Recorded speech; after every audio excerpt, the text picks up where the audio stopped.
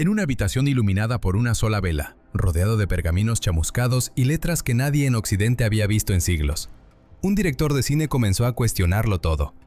¿Y si la Biblia que creemos conocer no es ni única ni uniforme, sino un caleidoscopio de textos que cambian según el lugar donde los escribieron y los conservaron?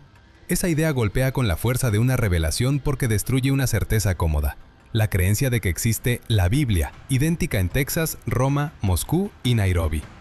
No existe tal libro universal, nunca ha existido. Y detrás de esa ruptura hay una historia que altera la noción misma de quién fue Jesús y qué significó su resurrección. La versión protestante del canon reúne 66 libros. La católica incluye 73 porque incorpora escritos que los reformadores descartaron. Las iglesias ortodoxas orientales llegan hasta 78, según la tradición concreta que sigas. Y la iglesia ortodoxa etíope Tewahedo guarda un cuerpo bíblico sorprendente. 81 libros, entre los cuales aparecen textos que casi ninguna otra comunidad cristiana reconoce como escritura. Durante la mayor parte de la historia cristiana, estas discrepancias eran tema de expertos, eruditos, teólogos y biógrafos de concilios. El creyente promedio en Occidente vivía sin saber que, mientras rezaba con su evangelio en la mano, millones en otras latitudes leían cosmovisiones distintas en sus liturgias. Hoy eso está cambiando, y el desencadenante de ese cambio viene de un lugar improbable. El cineasta Mel Gibson, polémico y obstinado, transformó su fascinación personal por la pasión en una búsqueda mayor. Después de su éxito con la película estrenada en el año 2004, dedicó 2 décadas a imaginar una secuela que no fuera un mero retorno al sepulcro vacío, sino la representación de la resurrección como un acontecimiento cósmico, multidimensional. En la investigación para esa visión, Gibson topó con una tradición que la mayoría de los cristianos occidentales ni siquiera sospecha: la tradición etíope y su canon radicalmente distinto. Lo que halló en esos textos antiguos, según han contado quienes lo han seguido, moldeó su manera de concebir la escena central del cristianismo: el triunfo sobre la muerte. ¿Qué contienen exactamente esos libros que parecen sacudir las certezas teológicas occidentales? La respuesta exige retroceder en el tiempo y en el mapa. Etiopía no es una nota al pie de la historia de la fe, es una de las civilizaciones cristianas continuas más antiguas del planeta, con reclamos a la antigüedad tan legítimos como Roma o Constantinopla. La tradición bíblica y etíope sitúa la llegada del cristianismo al siglo I, con la conversión del eunuco etíope que vuelve de Jerusalén tras su encuentro con Felipe el Evangelista, narrado en Hechos, capítulo 8. Ese funcionario real se bautizó, regresó a su tierra y, según la memoria colectiva, sembró la nueva fe en el corazón de la corte. Para cuando llegó el siglo IV, el reino de Aksum ya había adoptado oficialmente el cristianismo. La conversión del rey Esana, en torno al año 330, convirtió a Etiopía en uno de los primeros reinos estatales en declarar la fe cristiana como religión oficial, incluso antes de que buena parte de Europa cerrara filas bajo la cruz del Imperio Romano. Pero el cristianismo etíope no fue una réplica del europeo. Se forjó en aislamiento. Montañas, desiertos y más tarde la expansión islámica aislaban culturalmente a Etiopía del mundo mediterráneo. Ese aislamiento permitió que monasterios en cumbres remotas, con lámparas de aceite y manos que copiaban letra por letra, conservaran obras que en otros sitios se perdieron, se despreciaron o fueron deliberadamente excluidas. Los monjes que escribían en la lengua litúrgica ge'ez cuidaron volúmenes que la cristiandad occidental no conoció hasta mucho después. Algunos de esos textos son familiares para católicos y ortodoxos y fueron rechazados por los reformadores.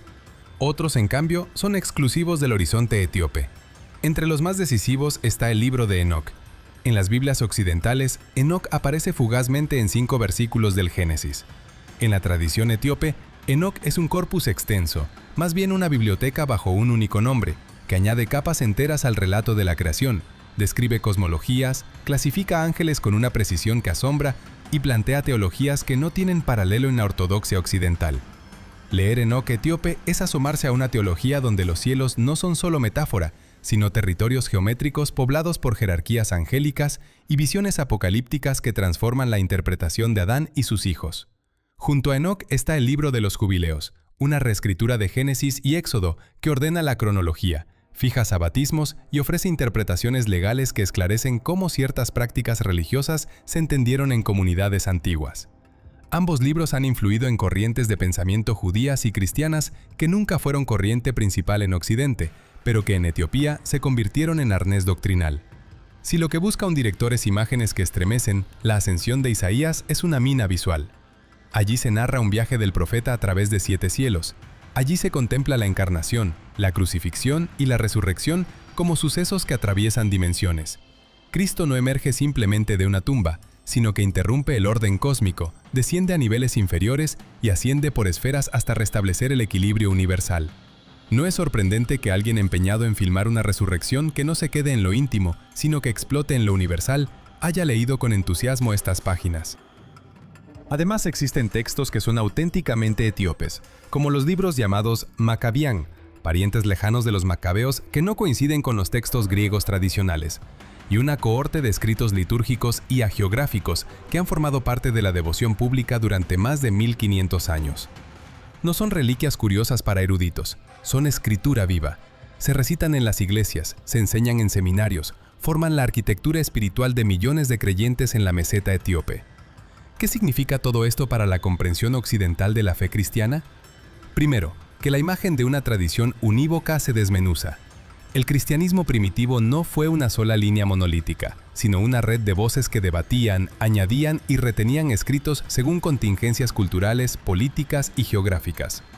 Segundo, que ciertos temas, la naturaleza de los ángeles, la estructura del cosmos, la ontología de la resurrección, recibieron en Etiopía respuestas distintas, a veces incompatibles con doctrinas más tardías desarrolladas en concilios europeos. Y tercero, que cuando una voz popular de la cultura global, un cineasta con acceso a manuscritos etíopes, introduce esas perspectivas en la conversación pública, la percepción del pasado puede cambiar radicalmente. Imagina por un momento que la resurrección que viste en pantalla no sea solo un acto singular del cuerpo glorioso de un hombre, sino un acontecimiento que redefine capas enteras de la realidad. Eso es la invitación de textos como la ascensión de Isaías y Enoc. Si esta visión se filtra en la cultura global a través del cine o la academia, obliga a repensar no solo predicaciones y liturgias, sino los mismos textos que consideramos fundacionales. La pregunta que queda abierta y que cierra este primer capítulo es simple y demoledora. Si las escrituras que otras iglesias sostienen como sagradas cambian la historia de la fe, ¿estamos dispuestos a escuchar lo que esas voces han guardado durante siglos? La respuesta dirá quiénes somos capaces de ser en nuestra interpretación de lo que ocurrió aquella madrugada frente a una tumba vacía. Y lo que esos escritos desvelan sobre Jesús y la resurrección desmonta, con una fuerza inesperada, gran parte de lo que la mayoría de los cristianos occidentales ha asumido como obvio. En Génesis, la presencia de Enoc es una nota brevísima. Vivió 365 años, caminó con Dios y Dios se lo llevó, sin experimentar la muerte. Ese es todo el testimonio en las Biblias occidentales. Pero el libro de Enoc rellena ese silencio con una narrativa rica, audaz y extrañamente detallada que gira la historia en una nueva dirección. Describe a los vigilantes, un grupo de ángeles que descendieron a la tierra, tomaron mujeres humanas y engendraron a los nefilim, seres gigantescos y híbridos que pervirtieron la creación. Enseña que esos ángeles impartieron conocimientos prohibidos, desde la forja de armas hasta secretos de cosmética, desde hechicería hasta la lectura de las estrellas.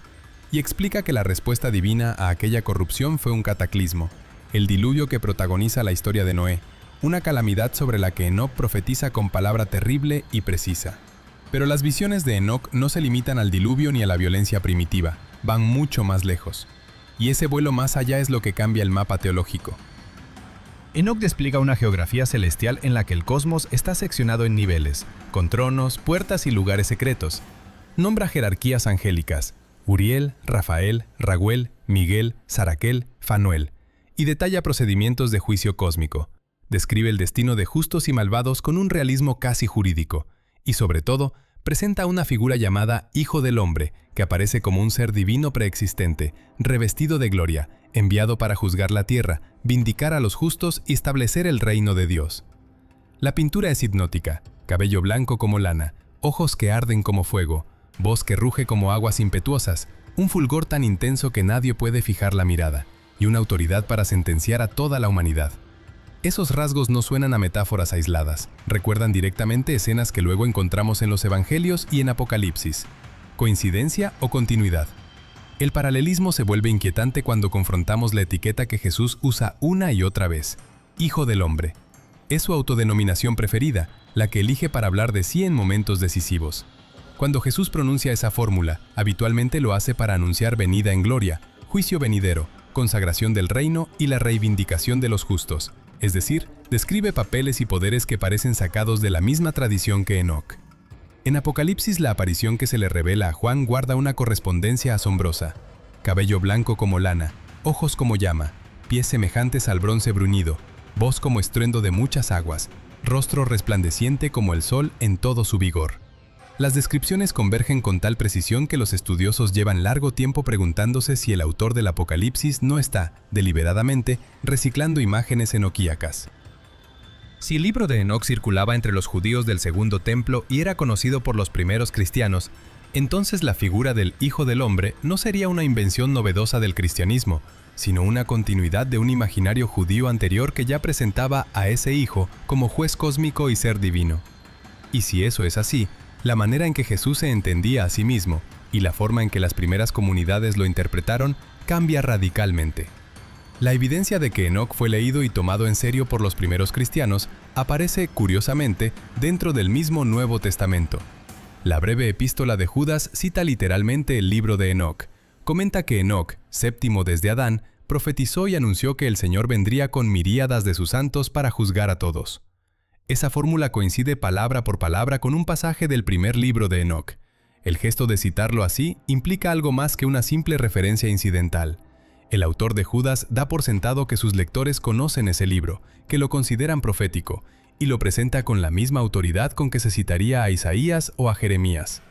¿Se imaginan la audacia de coser una pieza apócrifa dentro de la ropa oficial del texto? Esto nos dice que, en ciertos círculos cristianos primitivos, Enoc no era un garabato marginal, sino un texto que contribuía a la teología emergente.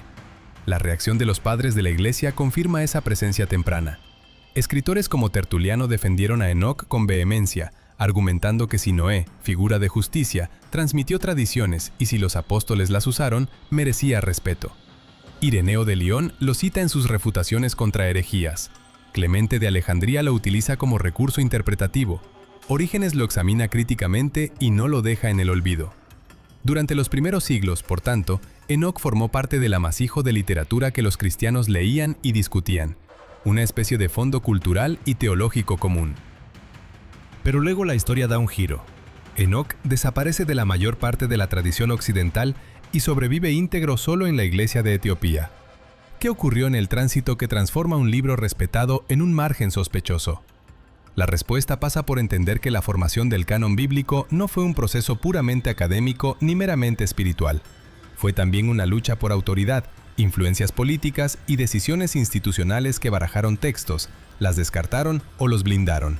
En esa limpieza, obras que hoy denominamos pseudepígrafas fueron marginadas por varios motivos: dudas sobre autoría, sospecha de interpolaciones o sencillamente porque no encajaban en la convergencia doctrinal que los líderes querían consolidar.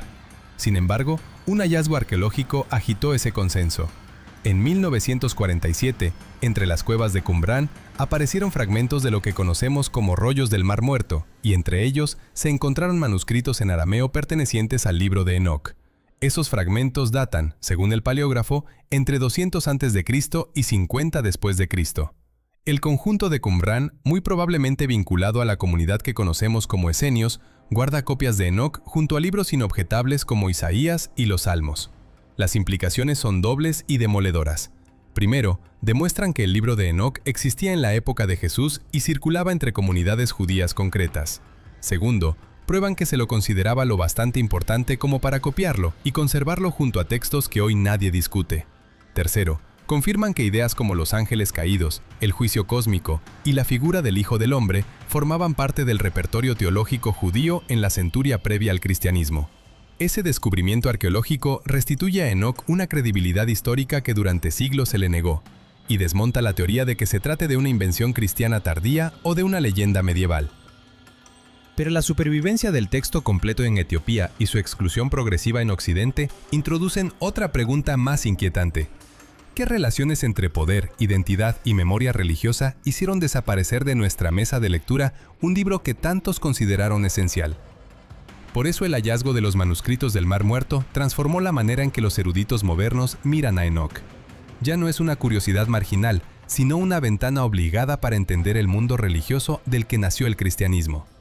Esos rollos, encontrados en cuevas cerca de Qumrán a mediados del siglo XX, es decir, en el año 1947, exhibieron fragmentos y ecos de textos que hasta entonces se consideraban periféricos, y mostraron que ideas ahora asociadas con la teología cristiana circulaban ampliamente en ambientes judíos del período del Segundo Templo.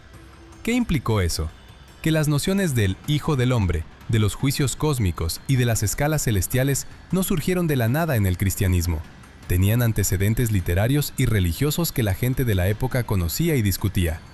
En esa misma corriente aparece otro testimonio que eclipsa en teatralidad a muchas narraciones evangélicas: la ascensión de Isaías, conservada íntegra en la tradición etíope y en fragmentos griegos y latinos. El libro nos transporta, literalmente, por escalones celestes. Nos describe al profeta siendo arrancado de la tierra y llevado a través de 7 cielos, cada uno poblado por seres angélicos más resplandecientes que el anterior. Y lo que presencia Isaías en los niveles superiores altera por completo la idea de una encarnación sencilla. Ve una figura divina que desciende desde el cielo más alto hasta la tierra, ocultando su identidad en cada esfera mediante el disfraz de los propios ángeles que habitan ese nivel. ¿Por qué se disfrazaría Dios?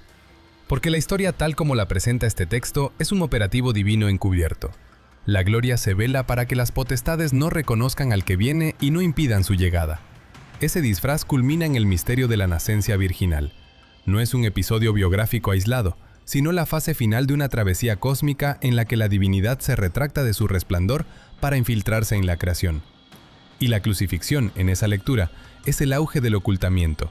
Incluso la muerte intenta apresar a una presencia que no ha revelado plenamente su ser. ¿Y qué ocurre después? La resurrección vuelve la jugada. Se convierte en el regreso en sentido inverso, una ascensión que expone gradualmente la identidad divina. En cada cielo por el que asciende, aquellos mismos ángeles que lo confundieron en la bajada ahora se ven compelidos a adorarlo. La resurrección se vuelve así una procesión triunfal a través de todas las dimensiones de la realidad, una victoria cósmica que obliga a cada orden celestial a reconocer lo que había sido deliberadamente velado. No es difícil ver por qué este relato fascinó a cineastas contemporáneos interesados en mostrar la resurrección como algo más que un simple hecho histórico.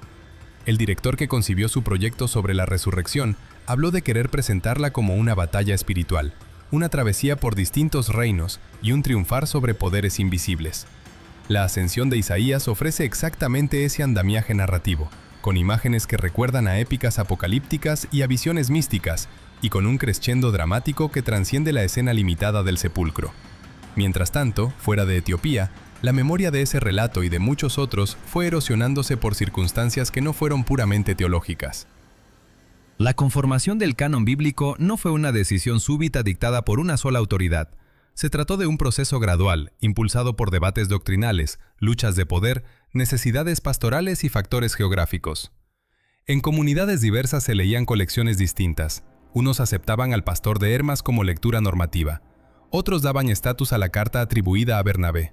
La epístola de Jude cita explícitamente una profecía atribuida a Enoc, y eso demuestra que el libro gozaba de cierta autoridad temprana en algunos círculos. Textos como Enoc y la ascensión de Isaías circularon ampliamente, se copiaron y se citaron, y sin embargo terminaron por tener destinos diferentes según la región.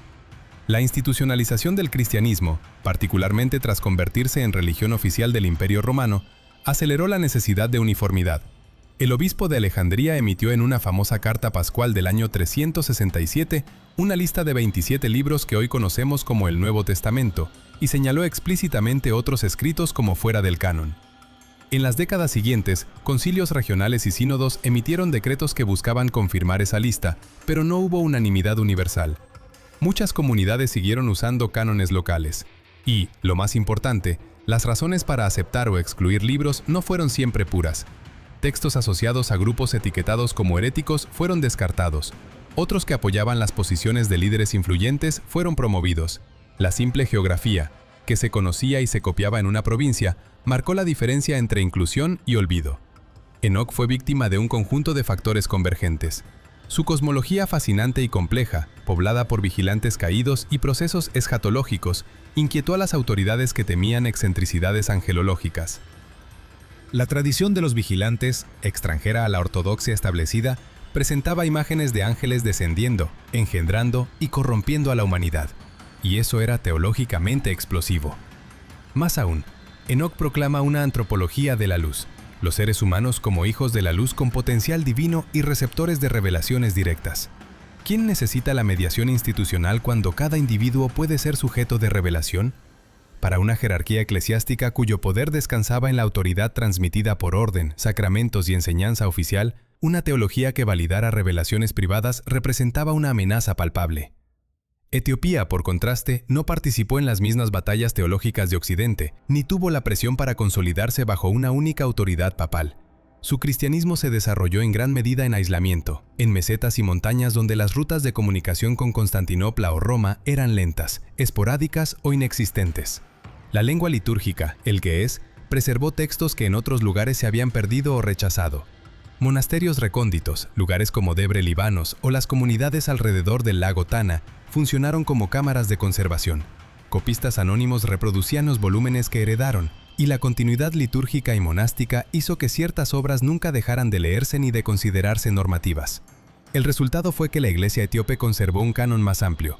Mientras Occidente afinaba y a veces recortaba, la tradición etíope mantuvo en su Biblia libros que para otros eran apócrifos o peligrosos. Esto explica por qué la ascensión de Isaías y el libro de Enoc sobrevivieron en rasgos completos en el corpus etíope. No existió la misma presión social ni política para excluirlos, y las comunidades nos valoraban como parte de la revelación que habían recibido de sus antecesores. Los manuscritos etíopes que llegaron a nosotros lo hicieron a través de siglos de copia paciente, resistiendo sequías, guerras locales y transformaciones políticas, guardados en cofres de madera o en estuches de cuero, y custodios por monjes que no veían en estos textos un problema, sino una continuidad sagrada. Esa preservación tiene consecuencias interpretativas concretas. Una tradición que lee la encarnación como un acto cósmico de ocultamiento y la resurrección como una coronación que recorre los cielos dará a su piedad, a su arte y a su predicación imágenes y énfasis diferentes a los de comunidades cuya memoria litúrgica se limitó a relatos evangélicos más terrestres. En Etiopía, la imagen del Cristo que desciende disfrazado y asciende revelado alimentó iconografías, himnos y meditaciones que acentuaban la dimensión cósmica de la salvación. En Occidente, donde ese telón de fondo se volvió tenue, se desarrollaron otras sensibilidades. La mirada se concentró en los evangelios canónicos, en las apariciones a discípulos y en la ascensión final. Así se explican dos memorias de la misma historia que, aunque hermanas, no son idénticas. Cuando el mundo mediterráneo cristiano se cerró a Etiopía con la expansión islámica en el siglo VII, lo que a primera vista parecía un aislamiento fue en realidad una cápsula del tiempo. Una tradición que creció sola, preservando libros, cantos y prácticas que en otros lugares se perdieron para siempre. Esa soledad geográfica y cultural no fue un castigo, fue un conservatorio. Monasterios encaramados como nidos en los riscos, conventos ocultos en valles donde el viento lleva solo el rumor de las oraciones, guardaron pergaminos, íconos y liturgias que conservaban matices de los primeros siglos del cristianismo, matices que el resto del mundo creyó perdidos. Y cuando, siglos después, eruditos occidentales se toparon con esos tesoros, comprendieron que habían tropezado con otra memoria cristiana, antigua y coherente consigo misma. Los manuscritos en lengua ge'ez, con sus tintas oxidables y sus páginas cosidas a mano, no son simples reliquias. Son testimonios de respuestas diferentes a las mismas preguntas esenciales. ¿Quién es Jesús? ¿Qué significa su resurrección? ¿Cómo se ordena el cosmos después de la intervención divina? En esos textos aparece una figura de Cristo más vasta que muchos modelos occidentales. Un Señor cósmico, un vencedor de potestades, un juez que restablece el orden en los cielos tanto como en la tierra. Esa imagen no es una invención tardía, es la herencia de comunidades que durante siglos mantuvieron lecturas bíblicas que otras iglesias dejaron fuera. ¿Qué ocurre cuando se lee la historia con esos capítulos devueltos al libro? La reaparición del libro completo de Enoc entre manuscritos etíopes. Cuando eruditos europeos comenzaron a estudiarlos en los siglos XVII y XVIII, fue tan desconcertante como reveladora. Antes de ese hallazgo, Occidente conocía fragmentos y eco de Enoc en los padres de la Iglesia y en una cita de la epístola de Judas, pero no el texto entero. Etiopía lo conservó entero. La misma fortuna histórica se repite con obras como la Ascensión de Isaías y otros escritos que la tradición etíope integró en su canon, un canon más extenso que el que hoy se lee en la mayoría de Biblias occidentales. 81 libros en algunas colecciones, con textos que amplían la cosmología y la escatología cristianas de maneras sorprendentes. Ese descubrimiento no fue solo académicamente excitante, reconfiguró preguntas teológicas. ¿Es posible que lo que entendemos por ortodoxia sea en gran medida lo que se ha mantenido en la tradición occidental y no necesariamente lo único legítimo? ¿Puede existir una autenticidad múltiple, ramas hermanas que conservan piezas distintas de una misma tradición? La respuesta de la Iglesia etíope es afirmativa. Desde hace 1500 años han adorado a un Jesús cuya victoria trasciende el sepulcro físico para afirmar dominio sobre las jerarquías espirituales. Un Cristo que desciende por los cielos, somete demonios y restituye el orden cósmico. ¿No merece esa imagen tanto crédito como la del pastor humilde que domina la iconografía occidental? No se trata de juzgar cuál imagen es la verdadera y cuál una desviación. Es, más bien, admitir que el relato completo de Jesús es más amplio, más complejo y más misterioso de lo que una sola tradición logró contener. Occidente capturó ciertos aspectos, Etiopía otros. Ninguno retiene la totalidad. Esto altera la idea simplista de una única narrativa cristiana y abre una invitación. Explorar, comparar, comprender que la fe se tejió en múltiples talleres, cada uno con artesanos que conservaron distintos siglos. Ese pluralismo histórico tiene efectos concretos hoy. Cuando un cineasta occidental, y aquí no hablo de teorías conspirativas ni de sensacionalismo, sino de hechos culturales, recurre a textos etíopes para imaginar la resurrección o la ascensión de una manera distinta, lo que está haciendo no es inventar ex nihilo, sino desempolvar tradiciones ajenas al canon occidental. Para audiencias que solo conocen una cierta iconografía de Cristo, ese gesto puede resultar radical. Para la iglesia etíope es simplemente la confirmación pública de algo que llevan creyendo y describiendo desde hace generaciones. Sin embargo, la maravilla que contienen esos monasterios corre peligro. Conflictos civiles, pobreza crónica, falta de recursos y la dificultad logística de acceder a lugares remotos mantienen incontables manuscritos a la intemperie del olvido. Hay páginas mordidas por la humedad, encuadernaciones en riesgo, códices que nadie ha catalogado, y junto a eso, esfuerzos internacionales de digitalización que avanzan, pero a paso lento, a veces interrumpidos por inestabilidad política o por carencias materiales. Imaginen cajas de cuero con letras doradas, secas y frágiles, apiladas en una celda donde los monjes cantan en ge'ez. Cada una es una ventana a un pasado que, si se pierde, deja un hueco irreparable en la historia del pensamiento cristiano. Lo que ya se ha traducido y analizado ha obligado a rehacer mapas intelectuales. Aporta perspectivas que llenan huecos y cuestionan certezas. La etnografía litúrgica, los himnos, los comentarios bíblicos conservados en esos códices muestran prácticas y teologías que, combinadas con los textos canónicos occidentales, pintan un retrato más rico de los primeros siglos del cristianismo. ¿No es inquietante pensar que por siglos la historia religiosa se estudió con piezas faltantes? ¿Qué valor tiene una narrativa cuando sus capítulos clave quedaron en manos de una tradición que nadie miró? La restauración de esos capítulos no pretende suplantar, sino ampliar. Traer a la luz la voz etíope es permitir que la conversación histórica y teológica sea más plural, y obligar a Occidente a reconocer que su visión de Jesús fue, hasta ahora, parcial. Dar voz a esos textos no es negar la validez de ninguna tradición, es enriquecer el diálogo teológico y cultural con testimonios que han resistido la erosión del tiempo. Si algo revela la existencia persistente de estas fuentes, es la resistencia de la memoria humana frente a la pérdida. Comunidades que vivieron aisladas conservaron, por fuerza y por devoción, piezas del rompecabezas que la modernidad creyó completar. Hoy, cuando las imágenes de un Cristo cósmico emergen en obras audiovisuales y en estudios académicos, no estamos frente a una novedad sin raíces. Estamos frente a la recuperación de una tradición que siempre estuvo allí, esperando ser leída por quienes estaban dispuestos a mirar más allá de su propio espejo. Al final, la verdad que surge de los códices etíopes no es conspirativa ni sensacionalista. Es humilde y devastadora a la vez. La historia de Jesús es mucho más vasta de lo que cualquier versión única ha contado. Aceptar eso no empobrece a la tradición occidental, la enriquece. Y reconocerlo nos deja una tarea: acercarnos con respeto a esos manuscritos, protegerlos con urgencia, estudiar su contenido con rigor y abrir nuestras comunidades a la sorpresa de que, en el arte de recordar, siempre hay más por descubrir. Así que cuando pensemos en la imagen de Cristo que nos fue enseñada, recordemos que hay otras imágenes igualmente antiguas, igualmente fieles, preservadas por una iglesia que se negó a dejar desaparecer sus libros. Esa insistencia silenciosa de los monjes etíopes nos devuelve capítulos enteros de la historia cristiana. Y si la cultura occidental empieza ahora a proyectar esas imágenes en sus pantallas o a incorporarlas en su imaginación colectiva, no será por invención. Será por la lenta y paciente recuperación de una tradición que nunca dejó de existir, esperando que alguien la escuchara.